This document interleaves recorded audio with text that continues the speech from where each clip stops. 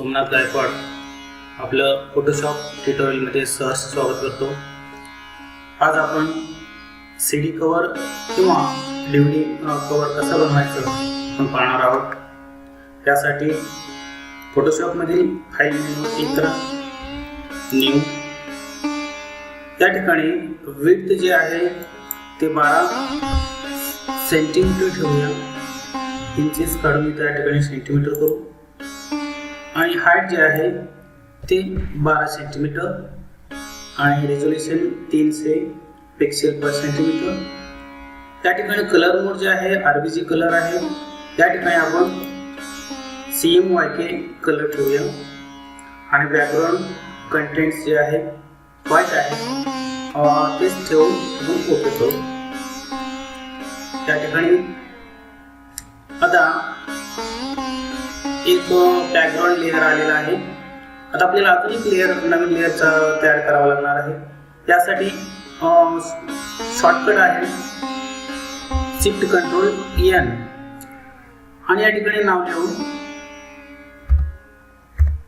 Label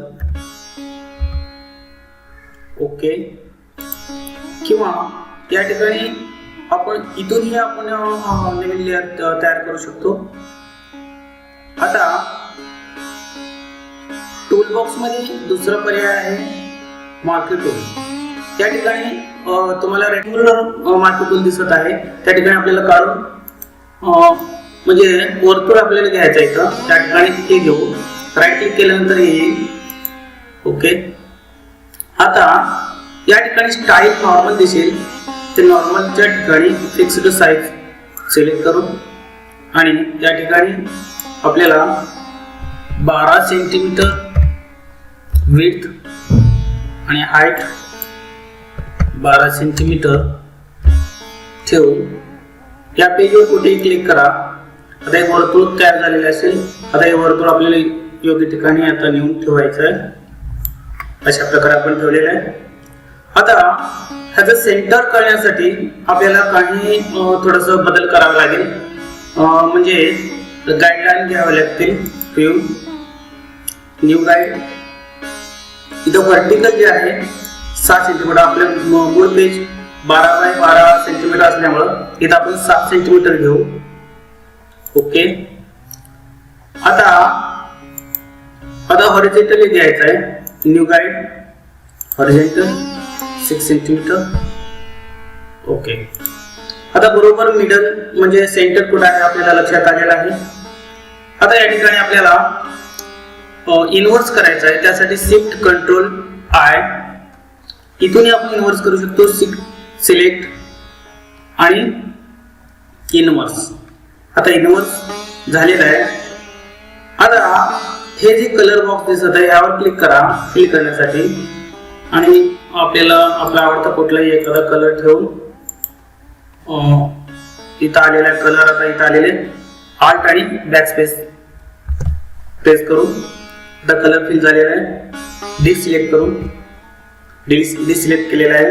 आता या ठिकाणी प्रत्येक शिडीला मध्ये एक होल असतो असा पारी, त्या ठिकाणी आपल्याला एक असा स्पेस तयार करायचा आहे। त्यासाठी परत वर्तुळ, त्या ठिकाणी इथं साधारणपणे 1.5 सेंटीमीटरचा हा जो होल असतो 1.5 बाय 1.5 सेंटीमीटरचा, त्या ठिकाणी आपण थोडंसं वाढवून 2 सेंटीमीटर ठेवू। 2 सेंटीमीटर विड्थ आणि हाईट 2 सेंटीमीटर ओके। आणि आता ह्याला बरोबर मध्ये ठेवूया। आणि आता हे कलर जे आहे इथं ऑलरेडी तयार आहे। परत आपल्याला Alt आणि बॅकस्पेस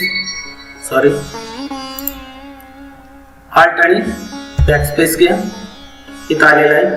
आता कंट्रोल D डिसिलेक्ट। आता या ठिकाणी आपल्याला एक नवीन एक चित्र या CD वर ठेवण्यासाठी आपल्याला एक चित्र घेऊ। कंट्रोल फाईल प्लेस आणि आता आपल्याला कुठं चित्र आपण ठेवलेलं आहे ते निवडूया। मी आता हे चित्र घेणार आहे प्लेस। आता या ठिकाणी चित्र ते येईल। आता पूर्ण पेज हा चित्र नाही, त्यासाठी या पूर्ण पेजला त्याला सेट करून घेऊ। या प्रकारे खाली मी थोडस ओढतो आणि इंटर. आता त्याला नाव देऊ, डबल क्लिक करा, इमेज असा या म्हणजे लेअरचं नाव दिलेलं आपण आपल्याला लक्षात येण्यासाठी. त्याला आपण लेबलच्या खाली आणूया. ओके, आता तुमचा जो हा सीडी कव्हर तयार झालेला आहे. आता या सीडी कव्हर अजून थोडं आपण डिझाईन करूया. या ठिकाणी या सीडी कव्हरवर आपण एखादा सुंदर असं नाव देऊ. त्यासाठी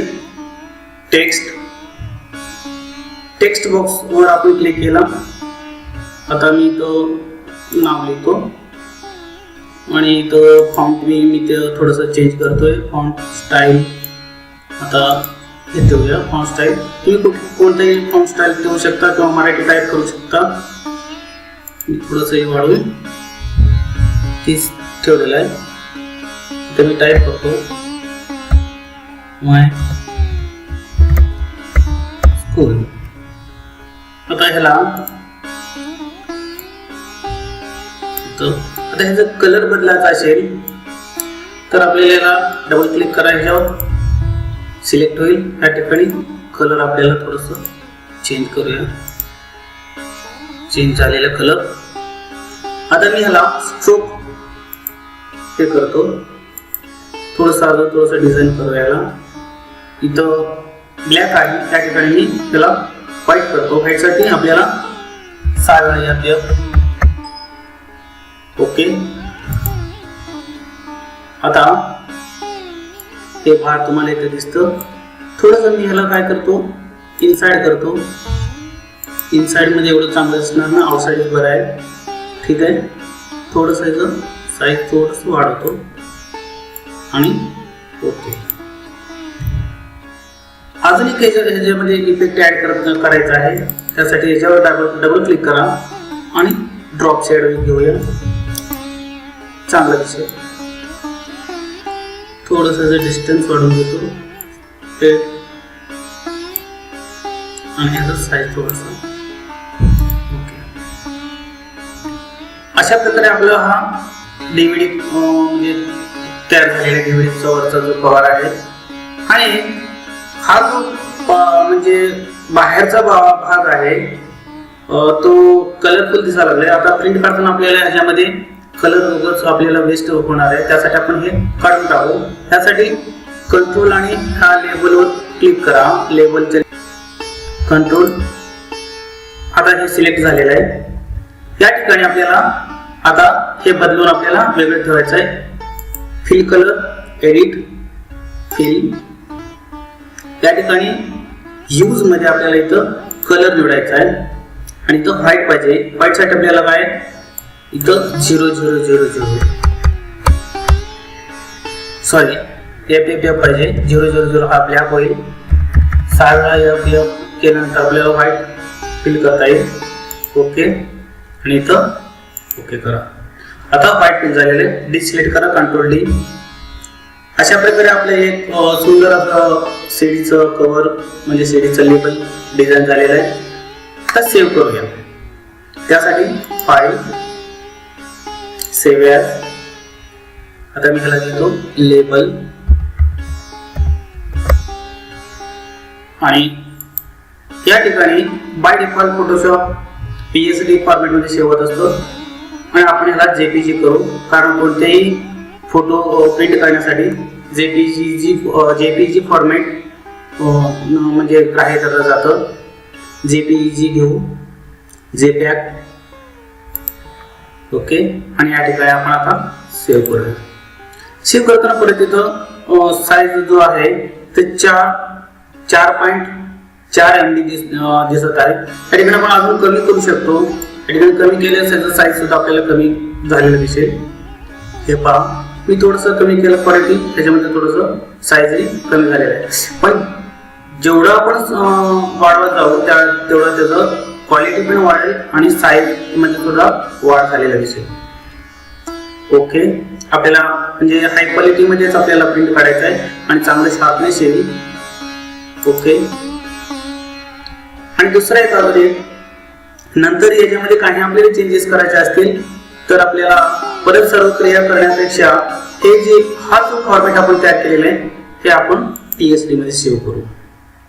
त्यासाठी सेव्ह या ठिकाणी मी अजून ह्याचं नाव लिहितो लेबल आणि हा जो फॉर्मॅट आहे TSD मध्ये पाहिजे आपल्याला. Okay save save. अशा प्रकारे आपला सुंदर असा म्हणजे DVDचा लेबल तयार झालेला आहे. धन्यवाद.